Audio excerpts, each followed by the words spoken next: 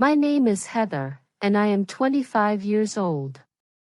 I live in a small town near Chicago, a quiet place where most people know each other and where life moves slowly. Growing up, I always imagined a simple, happy future. I dreamed of marrying a good man, having 1 or 2 children, and building a warm home filled with laughter. I thought love would be easy, gentle, and lasting. I believed that when you found the right person, everything else would fall into place. I met Harry when I was 22.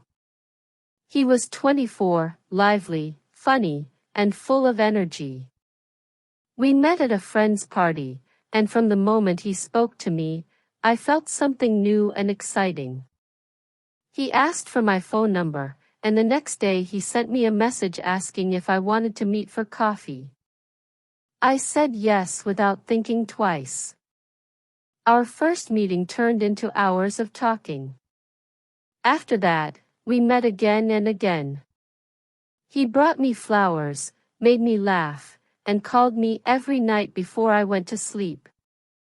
His attention felt warm and comforting. Slowly, I began to believe that he might be the man I had dreamed of.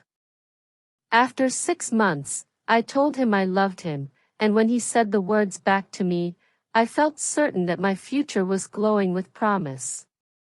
My life seemed peaceful and full of hope, and for a while, I truly believed nothing could break the happiness we were building together. Life with Harry in the beginning was simple, gentle, and full of small joys. We both worked modest jobs. I spent my days at a gift shop, arranging shelves and helping customers, while Harry worked at a car repair shop a few blocks away. Our incomes were not high, but they were enough for the life we had then. We were young, hopeful, and full of dreams that didn't require much money to feel real. Almost every evening after work, Harry would come to meet me. We would walk through the quiet streets of our town, holding hands and talking about everything and nothing. Sometimes we stopped at a small cafe, other times we sat near the lake watching the water move in the soft wind. He always found a way to make me laugh, even when I had a hard day. His presence felt light, warm, and comforting. Those nights often stretched until midnight. We would talk about our childhoods, our dreams, and the future we imagined. Harry told me that one day he wanted a small house with a garden. I told him I wanted a family. He squeezed my hand and said, "We'll build it together." In those moments, I felt completely safe. Harry seemed like the man I could trust, the man who would stay by my side no matter what. The love between us felt steady and sweet, like something meant to last. I didn't know then that the peace I felt would soon be tested in ways I never imagined. Everything changed on a quiet afternoon when I began to feel unusually tired and sick. At first, I thought it was just a cold, something small that would go away in a day or two. But the feeling stayed. My best friend Anna noticed and said gently, "Heather, maybe you're pregnant." Her words shocked me. I tried to laugh, tried to deny it, but fear grew inside me. I bought a test, waited alone in my bathroom, and when the result appeared, my hands started to shake. I was pregnant. That night, I went to Harry's apartment with my heart racing. When he opened the door, I felt both hope and fear pulling me in opposite directions. I told him quietly, "I have news." He asked, "What is it?" I took a breath and said, "I'm going to have a baby." The room fell silent. Harry looked at the floor, his face pale. His voice, when it finally came, was small and uncertain. "Are you sure?" "Yes," I said. I did a test. He ran his hands through his hair and whispered, "This is not a good time. I'm not ready to be a father." My heart cracked. I said softly, "But we love each other." He didn't look at me.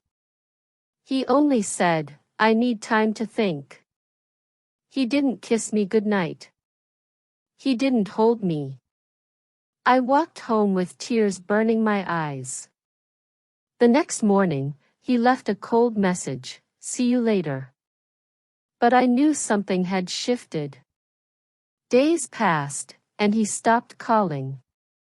He didn't answer my texts.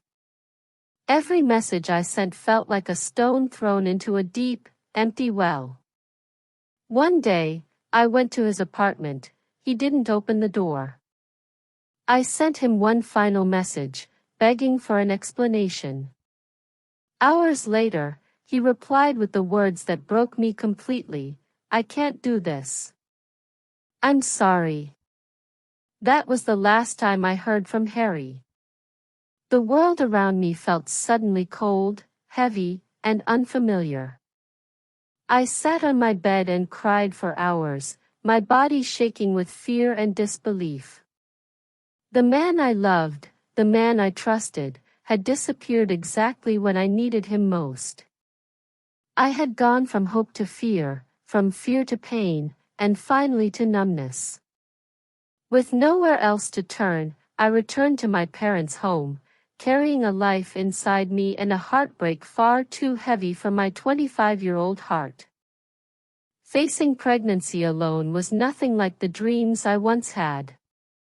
Each morning, I woke up feeling exhausted before the day even began. My back ached, my legs felt heavy, and sleep became something I could barely remember. I continued working at the gift shop, even on days when my feet swelled and my stomach tightened. I stood behind the counter with a tired smile, hiding the fear that lived in my chest. Every dollar I earned mattered. I calculated every expense carefully: rent, food, doctor visits, baby supplies. Each week the numbers fought against each other, and I felt smaller and more overwhelmed. Nights were the hardest. I lay awake for hours, listening to the quiet house, wondering how I would raise a child alone. Sometimes I held my stomach and whispered, "I'm sorry," because I felt like I wasn't enough. My mother comforted me, and my father helped in his silent way, but even their support couldn't take away the loneliness that wrapped itself around me. When the day came, the pain was sharp and frightening. My mother held my hand as I cried through each contraction. I was terrified, but then I heard a small cry, thin, soft, and alive. The nurse said, "It's a girl," and placed her in my arms. I looked at her tiny face and whispered, "Hello, Sandra." In that moment, something shifted inside me. Love and fear mixed together, forming a strength I didn't know I had. But the struggle didn't end there. After Sandra was born, exhaustion became my constant companion. I woke every few hours to feed her, change her, soothe her cries. Some nights I sat on the bed holding her, crying quietly as she slept in my arms. My body hurt, my mind ached, and hope felt far away. Still, every morning, I stood up again. For her. One afternoon, when Sandra was a few months old, I took her to the park. She laughed at the birds, and for a moment the world felt light. Then I saw Harry.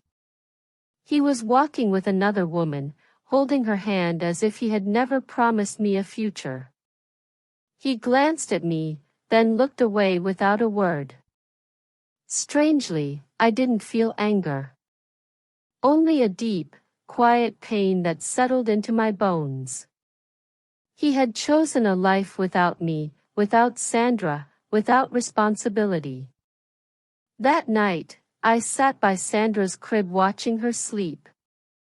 I felt broken, but not defeated. I realized that my strength didn't come from Harry, or from anyone else. It came from waking up every day and choosing to fight for my daughter. Sandra was my turning point. Through her tiny hands and soft breaths, I found the courage to keep going. Moving into a small apartment with Sandra was the beginning of a new chapter. The place had only one bedroom, a tiny kitchen, and a narrow hallway, but it was ours. There were nights when the bills scared me and days when exhaustion pressed on my shoulders, yet the quiet peace inside those walls felt better than anything I had known in a long time. It was the kind of peace that came from knowing no one would walk out on us again. I learned how to rebuild my life slowly. I cooked simple meals, saved every spare dollar, and took extra shifts when I could. I learned how to repair small things around the apartment, how to comfort Sandra through sleepless nights, and how to stand on my own without waiting for anyone to rescue me. My parents helped when they could, my mother held Sandra while I worked, and my father played with her in the evenings, but most of the weight rested on my shoulders. And over time, that weight made me stronger. Sandra grew in a home filled with love, even if it wasn't the traditional kind. She laughed easily, hugged tightly, and trusted me without hesitation. One afternoon, when she was 4 years old, she sat beside me on the couch and asked, "Mom, do I have a dad?" My heart tightened for a moment, but I kept my voice steady. "Yes," I said softly. "You have a dad, but he chose not to stay." Sandra looked at me with her big innocent eyes, then climbed into my lap and said, "But I have you." Those words washed over me like warm sunlight. In that moment, I realized I had survived the hardest part of my life. I had rebuilt my world, not perfectly, but honestly. And through every struggle, every tear, and every long night, I had given my daughter something her father never could, love that stayed. Now I understand that love cannot be forced. For a long time, I believed that if I tried hard enough, if I waited long enough, Harry would return and everything would make sense again. But life taught me a different truth. Sometimes, losing someone is not the end of your story. Sometimes, it is the beginning of finding yourself. When Harry walked away, I thought my world had collapsed. I thought I would never recover from the pain of being abandoned while carrying his child. But each day, as I held Sandra in my arms, I began to learn what real strength looks like. It is not found in holding on to someone who chooses to leave. It is found in standing up again, even when your heart feels broken. I learned that sometimes love means protecting your child, not chasing after someone who cannot give love in return. I learned to be independent, to trust my own decisions, to build a life with my own hands. And above all, I learned the power of a mother's love, a love that grows in the cracks of heartbreak and shines even in the darkest moments. Today, my life is not perfect, but it is peaceful. I no longer cry for the person who left. Instead, I thank life for the chance to become stronger, braver, and more loving than I ever knew I could be. Real love stays. Real love supports. And sometimes, the greatest love of all is the one you learn to give yourself. If you liked this story, please like, comment, share, and subscribe to our channel. Thank you for learning English through stories with us, and we hope to see you in the next lesson.